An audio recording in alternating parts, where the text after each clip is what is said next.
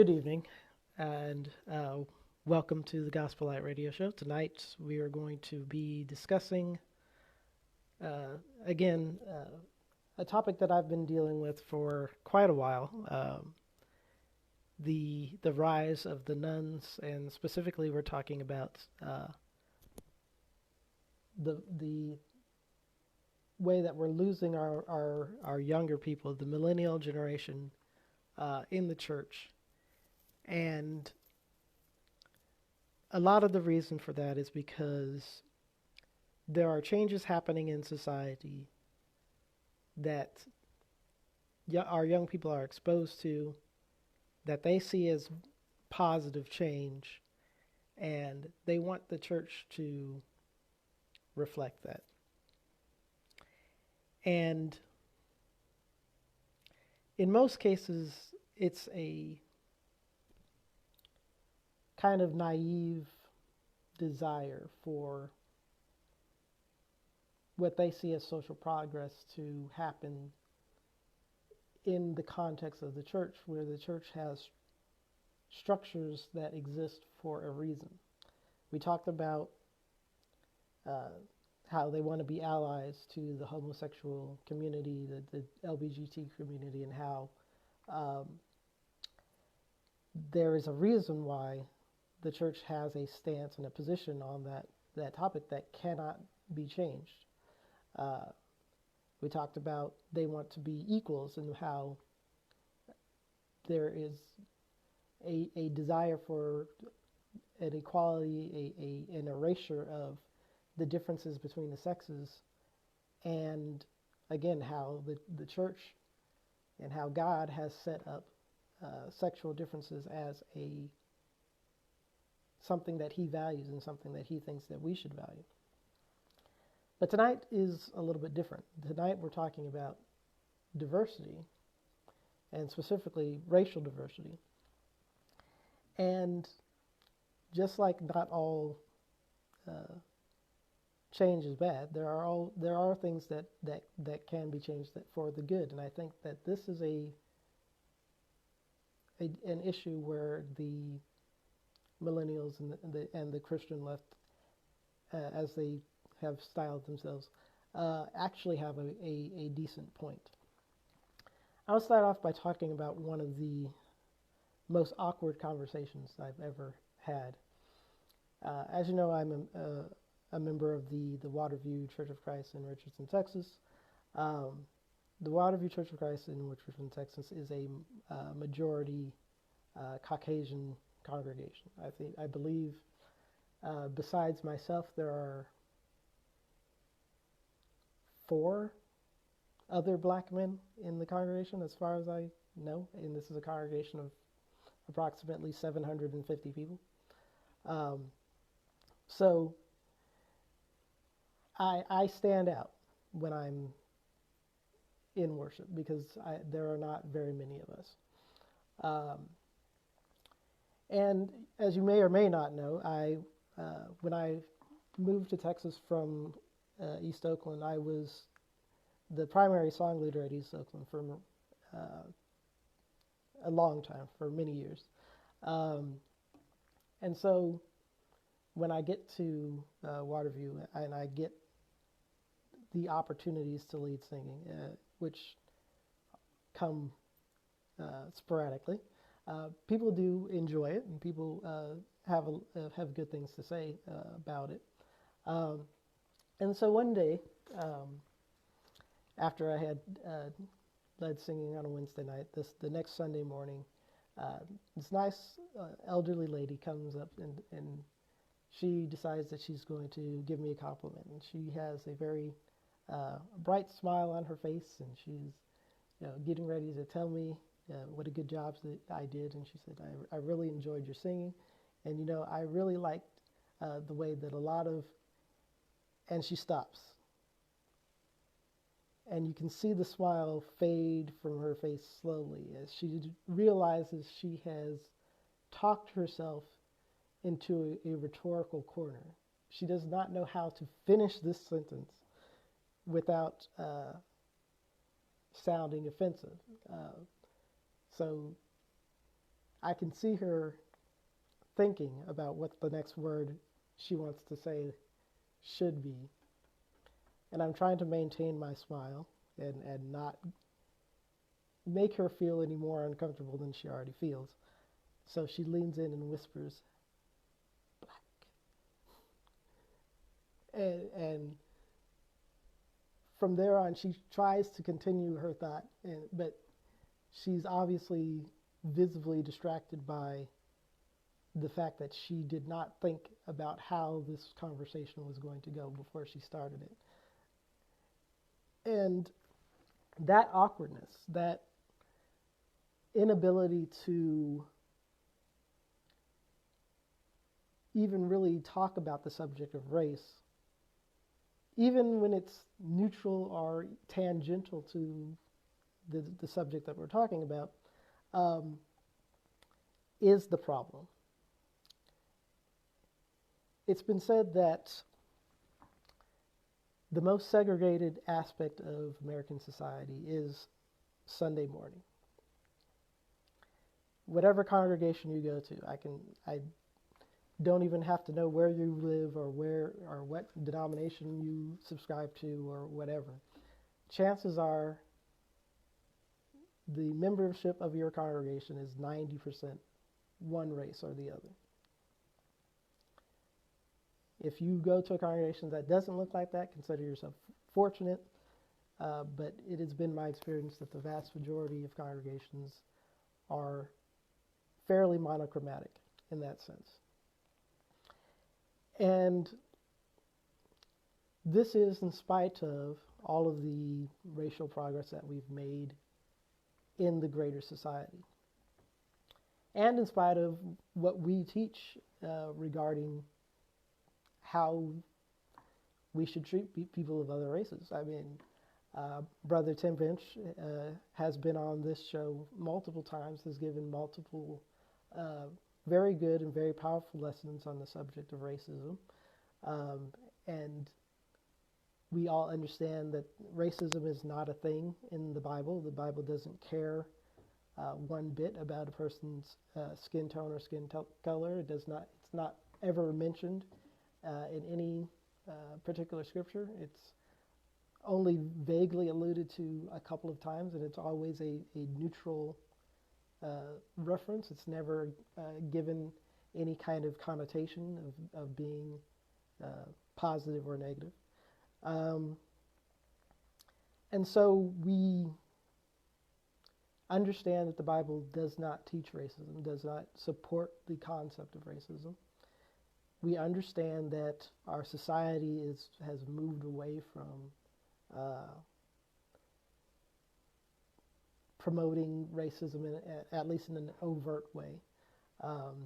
There are still pockets and examples of racial things that happen, but in large part we have made much progress in regard to racial issues.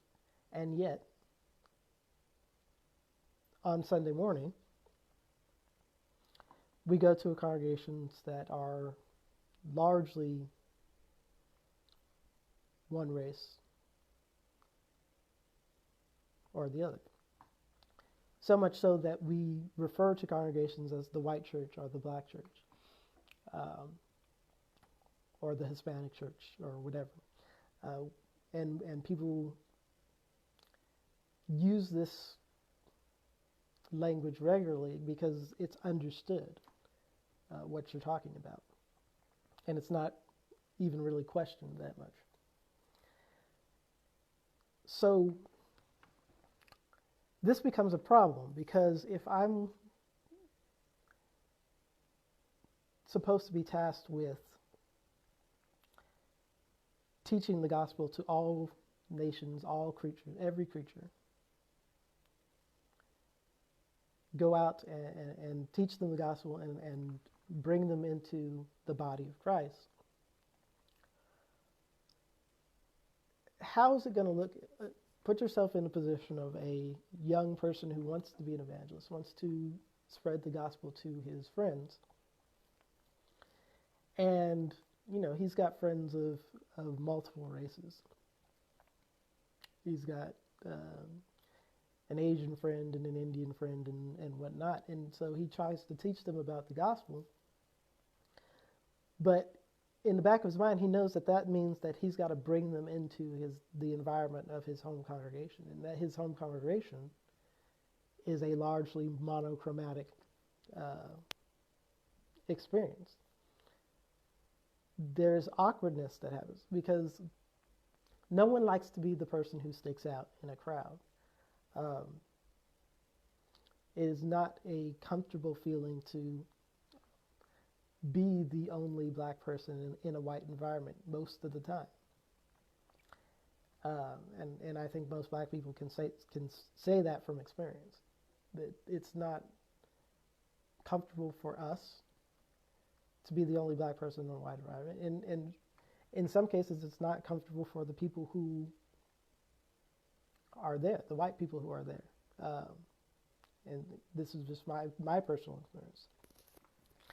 And I don't have this experience, but I'm sure that it works the other way around. If you are a Caucasian person and you enter an environment where there are only African Americans around, there might be some awkwardness there. There might be some hesitancy to fully engage or fully integrate into that system. And I think that the problem is when we are inviting people into our space, whether it be socially or religiously, there are certain expectations about coming into space. Obviously, when you're inviting somebody to come out of the world into Christianity, there is some level of assimilation that is expected to happen. I mean, we are all expected to assimilate to the culture and the mindset of being a Christian, abandoning our worldly desires and looking to follow after Christ's example of living a holy and righteous and sanctified type of lifestyle. That is one very real aspect of assimilation into a cultural norm that has to take place within a worldly to Christian setting. But if you add on top of that the expectation of assimilating into a racial cultural norm, now you've made things a little bit more complicated. Because, again, we have this conversation, we talk about why do these structures continue to persist? Why is there a black church? Why is there a white church? What are the differences between the black church and the white church, and why do they have such a problem with trying to come together? We all talk a good game. We talk about there's no difference between the white church and the black church. There's no spiritual difference. There's no value difference between the white church and the black church. But our experience of attending those congregations, I mean, my personal background, I grew up in a black church. I attended a white church for a long time. Then I attended a black church for a long time. Now I attend a white church. I've seen both sides of it. I understand intimately that there is differences between the black church and the white church. I understand that there are things that are considered normal and standard in the black church that are not considered normal or standard in the white church, and vice versa. So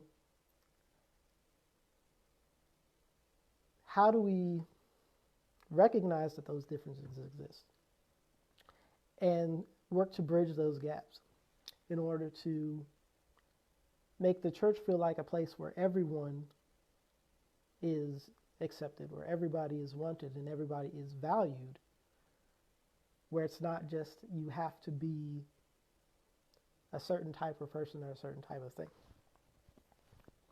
Now, this isn't a criticism for people who live in a community that is in and of itself monochromatic. If you live in an area of the country where there are only, a certain type of people in a 20-mile radius, you're never going to run into somebody who's of a different racial background than you, then okay, there's not much you can do. Your church reflects your neighborhood. Your neighborhood happens to be monochromatic. You work in that sphere of influence. Fine, that's understandable.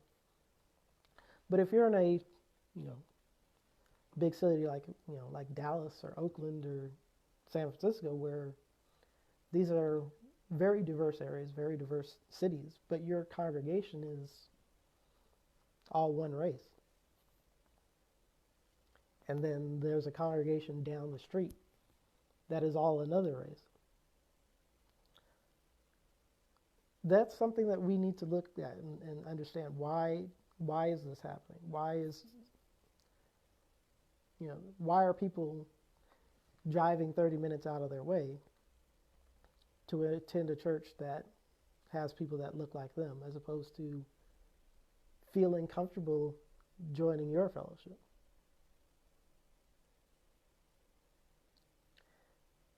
Again, this is one of those lessons where I don't have a lot of answers. I'm raising questions that I don't think that we deal with enough or talk about enough in our internal dialogues. It's very easy to say that the church is open to everyone, that everyone is welcome. But if I walk into your congregation, am I going to feel like I'm welcome?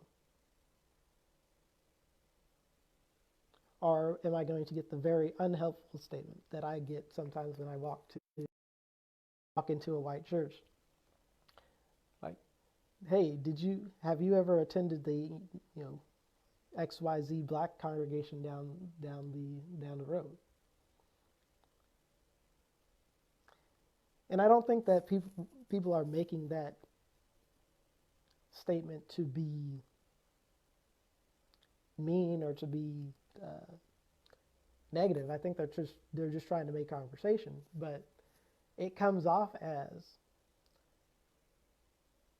I don't know if you feel comfortable here, so let me move you to a place where you might feel more comfortable. And that's not helpful.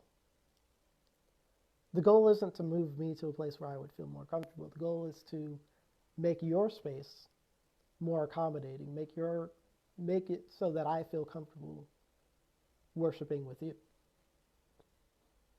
Because that's what Jesus would do, right? Jesus wouldn't say, you might be more okay somewhere else. Jesus wants all to come unto him. The church should be open to everyone. Every congregation should be open to everyone, and every congregation should feel like it is open to everyone. And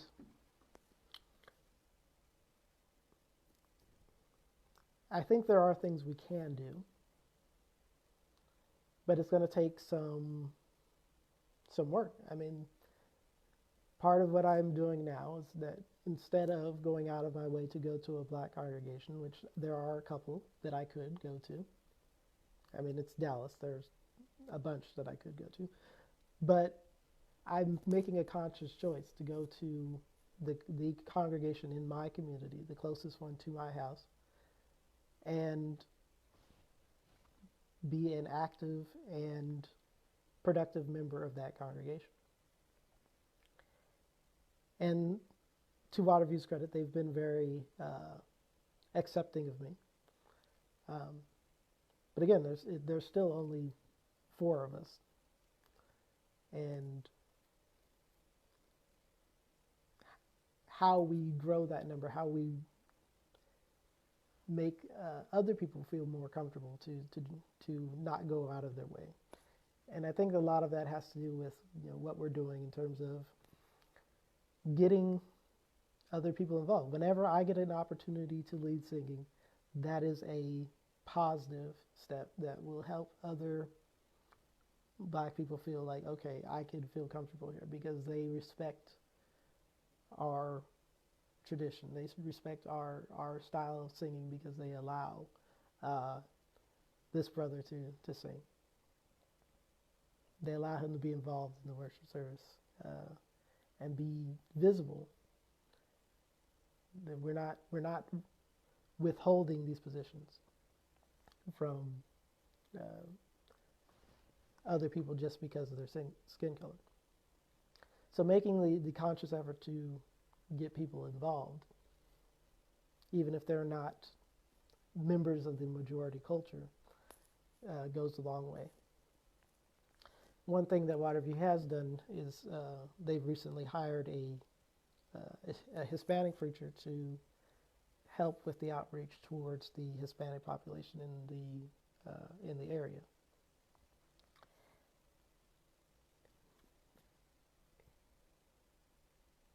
I think that's a positive step. Some people could argue that that's more of the same problem. You see, a lot of this problem was created back in the slavery slash civil rights days when the church was growing, but instead of the white congregations going out and bringing Black people into their space, because that wasn't going to happen, they would bring a few Black preachers in and then send those Black preachers out to create separate but equal congregations in their own communities.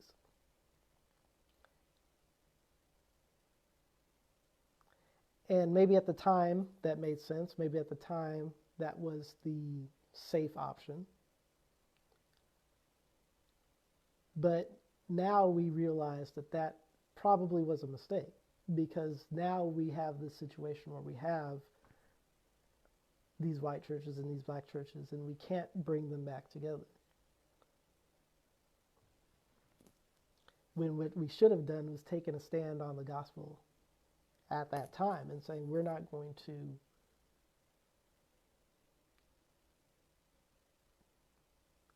be like the rest of the culture and participate in this segregation and this racism. We're going to make it clear that our congregations are open to everyone. That's probably what should have happened, and it didn't. And now we have a long way to go to bridge that gap and bring those disparate groups back together. And our young people see this struggle, this inability for what they see as the older leadership to accommodate the change in society. And they're saying if we can't get together, if we can't show that we are not racist, that we are not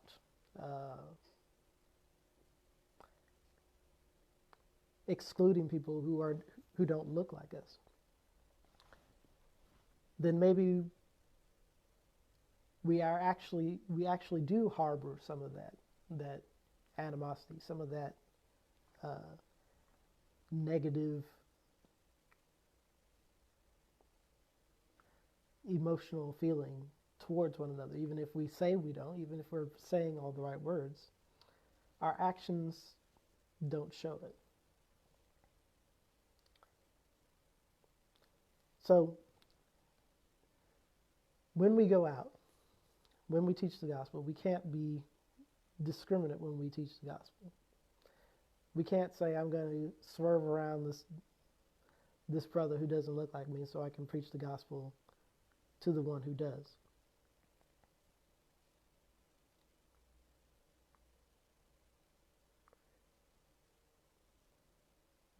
We got to be willing to step out of our comfort zone and say, I'm going to spread the gospel to anybody who's willing to listen. I'm willing to have the conversation. And then when we invite them in, we don't invite them to go out to find some other place where they would feel more comfortable. We should make them feel comfortable where we are. If we're going to teach them the gospel and we're going to bring them into, we should be responsible for mentoring them. And we should be responsible for making them feel comfortable,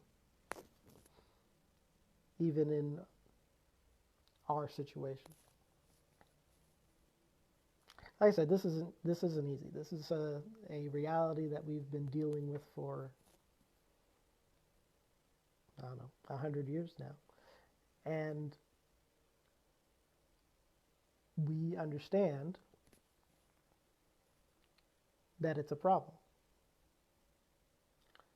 And I think we need to really have a lot of conversations about how we start to break down these barriers, break down these walls, and really make the church a place where everyone feels welcome and everyone feels like they are valued in the congregation, regardless of what they look like or what their background is.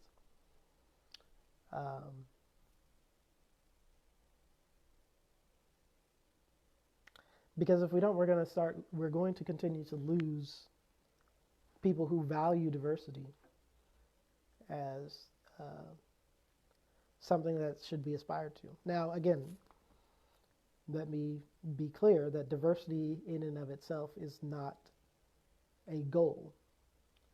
Diversity should be a byproduct of reaching out to the entire community. If I'm reaching out to the entire community, then everyone who's in that community should be represented. Everyone who,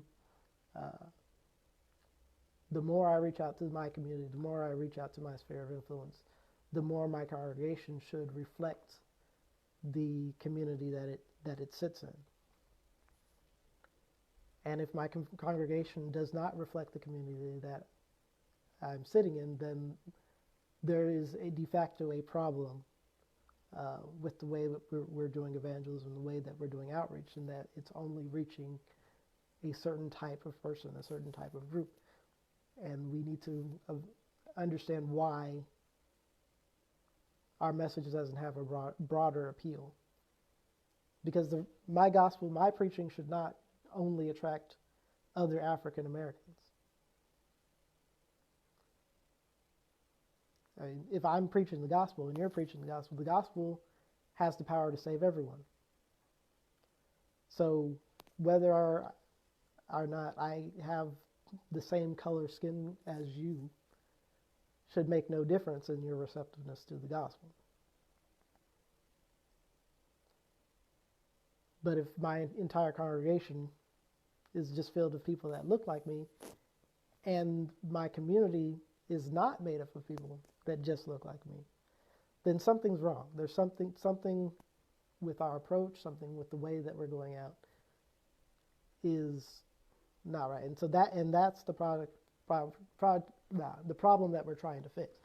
It's not let's go out and recruit a bunch of people who don't look like us just for the sake of doing it. Because then we're still doing the same thing. We're still discriminating in the way that we preach the gospel, except that we're discriminating against people who look like us in order to focus on people who don't. That's not the goal. The goal is to bring everybody into the tent. Spread the seed to all who would like to hear it. And the more we do that, the more our congregation changes to reflect the makeup of the community. If it's a place where everyone feels like they're welcome. But if only people who look like me feel like they're welcome, then I'm just going to get people who look like me. And the other people, well, they'll just find somewhere else, or they will just feel left out. Because, again, bringing Waterview back into the conversation, it's a predominantly Caucasian congregation. If I go up and down the street, there are a lot of East Indian people who live in our community. But I believe there's maybe one East Indian person that I've seen at Waterview, and there are no East Indian congregations, to my knowledge, that are primarily East Indian. So where do the East Indian people go? If I preach the gospel but they don't feel comfortable around Caucasian people, where are they going to go?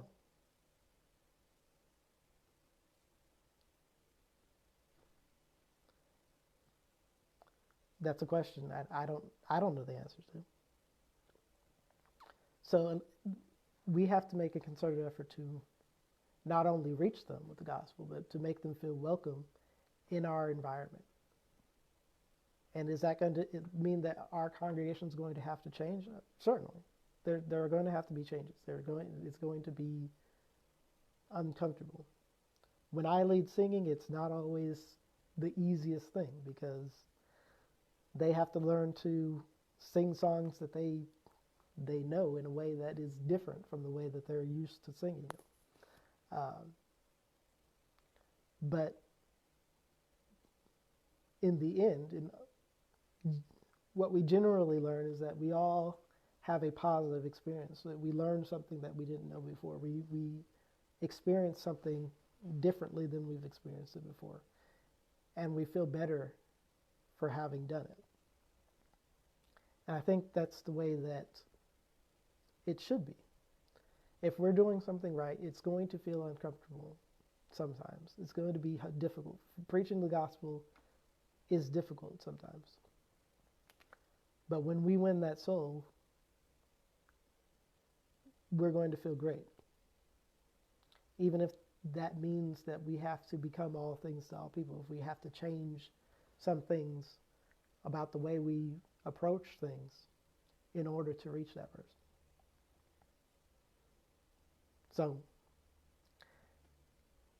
again, this is a lesson for people who are in the church. This is not necessarily a lesson for anybody who's outside the church, but take a look at your congregation and see, am I surrounded by people who just look like me? And am I in a community that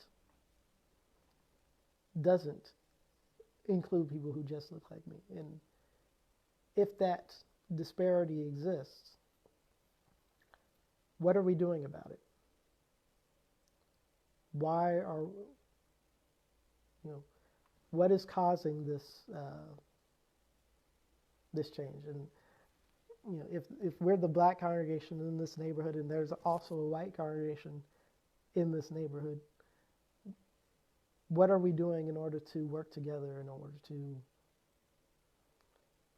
make it seem like we're not completely separate entities?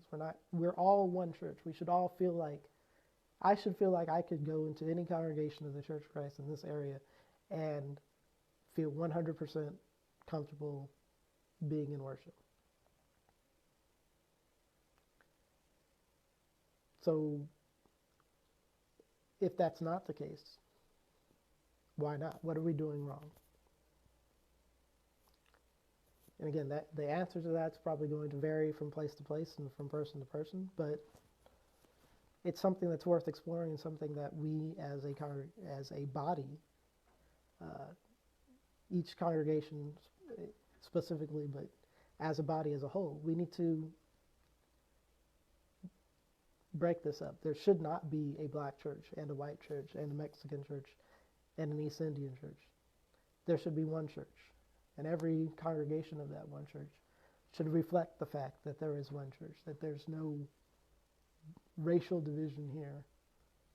There's just everybody from every walk of life is welcome to meet here and to worship the God that we serve. And I hope that we can work together and see that is something that is a worthy goal that we should aspire to.